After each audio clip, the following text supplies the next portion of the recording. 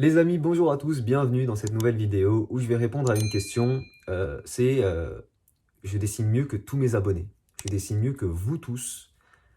Et je dessine mieux, pour élargir la question, que tous ceux qui ont moins de visibilité que moi dans le dessin. Et là, je vais éclaircir un truc parce que il faut le faire. Les amis, moi, je ne suis pas dessinateur. Je suis youtubeur dessin. Je suis producteur de contenu audiovisuel autour du dessin. Ce travail-là ne prend pas en compte que le niveau de dessin. Pourquoi c'est important? Parce que faire de bonnes vidéos YouTube de dessin et faire de beaux dessins, ce sont deux choses différentes. Et je vais casser le truc directement.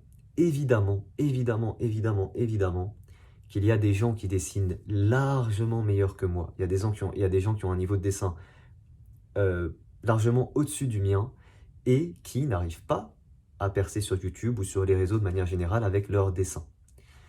Pourquoi? Est-ce que du coup c'est injuste? Est-ce que je suis un connard parce que du coup moi je réussis mieux? Non, non.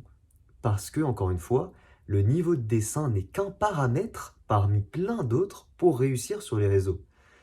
Encore une fois, pour réussir sur les réseaux de manière générale, il faut une bonne communication. Il faut faire, par exemple sur YouTube, de bonnes vidéos. Faire de bonnes vidéos, c'est pas juste un time-lapse du dessin. C'est choisir des musiques, c'est faire certains plans, c'est mettre certains titres, certaines miniatures, c'est orienter tes vidéos, choisir le choix du dessin. Tout ça, c'est de la communication et c'est de la production audiovisuelle. Être un bon YouTuber dessin, ce n'est pas être un bon dessinateur. Le niveau de dessin n'est qu'un paramètre là-dedans. Évidemment que mieux tu dessines, plus les gens vont t'apprécier, vont aimer ton contenu, etc. Mais c'est qu'un paramètre. Encore une fois, moi par exemple, je fais des vidéos là avec certaines personnes et tout, en vous faisant des versus, etc. Ce que je vous propose dans mes vidéos, c'est pas juste un dessin, c'est du divertissement. Il y aura un versus, il y aura des gens avec moi, vous allez nous voir dessiner, nous voir rigoler, vous allez voir les réactions d'un tel, d'un tel. C'est du divertissement. Avoir un bon divertissement, ce n'est pas, encore une fois, avoir un bon niveau de dessin. Ce sont deux choses totalement différentes. Donc ne confondez pas le niveau de dessin et la visibilité que vous devez avoir par rapport à vos dessins sur les réseaux. Et c'est particulièrement vrai sur YouTube, parce que sur Instagram, ça reste des photos, donc globalement, c'est un peu plus les dessins. Mais même sur Instagram, c'est pas que ça. Mais sur YouTube, encore plus, ce sont des vidéos, ce sont des courts-métrages, des petits films, encore une fois, avec de l'émotion, euh, une orientation, des plans, du divertissement. Enfin, il y a énormément de choses qui rentrent en compte. Donc encore une fois, évidemment que je ne dessine pas mieux. Genre là, aujourd'hui, dans le YouTube dessin français, je suis l'une des personnes avec le plus d'abonnés. Est-ce que ça veut dire que je suis l'une des personnes parmi tous les dessinateurs qui se sont lancés sur YouTube qui dessinent le mieux? Pas du tout, pas du tout, pas du tout, pas du tout. Il y a plein de gens qui dessinent, encore une fois, beaucoup moins bien que moi. Pardon. Il y a plein de gens qui dessinent beaucoup mieux que moi et qui ont beaucoup moins d'abonnés que moi. Ce n'est pas la même chose. Ce n'est pas la même chose, les amis. Je le répète et j'en ai évidemment conscience. Donc, il n'y a pas d'injustice, encore une fois, à avoir par rapport à ça. Ce qui compte, c'est la stratégie globale que l'on a de communication. C'est ça qui fait que vous allez réussir ou non. Et l'orientation que vous allez apporter à vos vidéos, les idées, les tendances, enfin, il y a plein de choses qui comptent, les amis. Et voilà, je voulais vraiment éclaircir ça par rapport à ce sujet, parce que ça m'arrive de recevoir des messages en mode «Ouais, je dessine mieux que toi et j'ai moins d'abonnés, comment ça se fait? T'es un connard et tout, tu te rends compte? Comment ça se fait et tout?» Ce n'est pas que mon niveau de dessin, encore une fois, que je mets en œuvre sur YouTube. Tout rentre en compte, les amis, sur YouTube. Là, la façon de filmer, ta manière de parler, si tu vas faire en sorte que les gens t'apprécient ou non. Il y a énormément de paramètres à prendre en compte. Je dirais que le niveau de dessin, c'est quoi? C'est 10%, 20% maximum. Donc évidemment que même si sur ces 20%, tu es meilleur que moi, bah peut-être que sur les 80% restants, t'es pas meilleur que moi. Sinon, bah, tu aurais plus d'abonnés, tu vois. Donc évidemment que il y a plein de choses qui rentrent en compte. Puis encore une fois, euh, plutôt que d'être de mauvaise foi et de dire ouais, un tel mérite pas, un tel mérite pas ça, un tel mérite pas ça, un tel mérite pas ça, soyez plutôt dans l'apprentissage. Dites-vous que, bon, ce mec-là, genre, Chadessin, il dessine moins bien que moi. Par contre, il arrive à avoir plus d'abonnés. Comment ça se fait? Sur quel paramètre il est meilleur que moi? peut-être que c'est là-dessus, peut-être que c'est là-dessus, peut-être que c'est là-dessus, tiens, il fait peut-être cette vidéo au bon moment, etc., etc., etc. Et plus vous allez étudier ça et être de bonne foi, plutôt que d'être juste dans la frustration et la critique, plus vous allez comprendre ce que vous devez faire pour arriver à ce même niveau. Évidemment, si c'est votre objectif, hein, là moi je parle de ça, si c'est votre objectif d'avoir des abonnés. Mais je pense que les gens qui en général sont dans la critique et dans la critique en mode ouais, ils méritent pas, ils méritent pas, ils méritent pas, c'est parce que eux-mêmes estiment qu'ils ont un meilleur niveau, mais qu'ils n'arrivent pas à avoir autant de visibilité. Et ça crée de la frustration, encore une fois, et tout ce qui s'ensuit derrière. Donc c'est pour ça que je vous dis, soyez plutôt dans l'apprentissage. Moi-même, je suis passé par là, les amis, ça fait 5 ans que je suis sur YouTube. Moi-même, je suis passé par là au début. Moi-même, au début, je faisais des dessins et tout.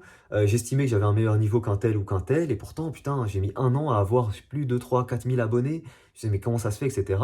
Mais encore une fois, ce qui permet de différencier les deux personnes, c'est que moi, j'ai jamais été en mode, non, mais il ne mérite pas ça. Au contraire, j'ai été en mode, bon, s'il est arrivé là où il est arrivé, comment ça se fait? Quelles sont les clés que je dois comprendre pour y arriver moi aussi? Et en étant dans cette approche-là, vous avez beaucoup plus de chances d'y arriver vous-même plutôt que de rester dans votre propre frustration et de s'y noyer. Ouais, vous pouvez parler autant que vous voulez, ça ne changera pas l'effet. Vous pouvez dire ce que vous voulez, ça ne changera pas le nombre d'abonnés d'un tel, le succès d'un tel, etc., que ce soit sur n'importe quel sujet. De la même manière, je sais pas, vous pouvez, c'est applicable sur plein de choses. Par exemple, Thibaut InShape. C'est, je crois, le youtubeur français fitness numéro 1. On est d'accord là-dessus. Il me semble, hein. Pourtant, est-ce que c'est le youtubeur français avec le meilleur niveau de musculation? Bah, la réponse, elle est certainement que non.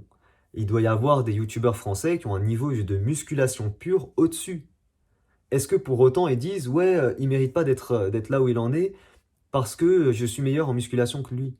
Évidemment que non. Il n'y a pas qu'encore une fois que le niveau, de la même manière que le niveau de dessin n'est qu'un paramètre chez les youtubeurs dessin, le niveau de musculation n'est qu'un paramètre chez les youtubeurs de musculation, les amis. Donc, Thibaut InShape, s'il est là aujourd'hui, c'est parce qu'il sait divertir les gens, il sait faire des bonnes propositions de vidéos YouTube, il a un bon montage, il est dynamique, il est énergique.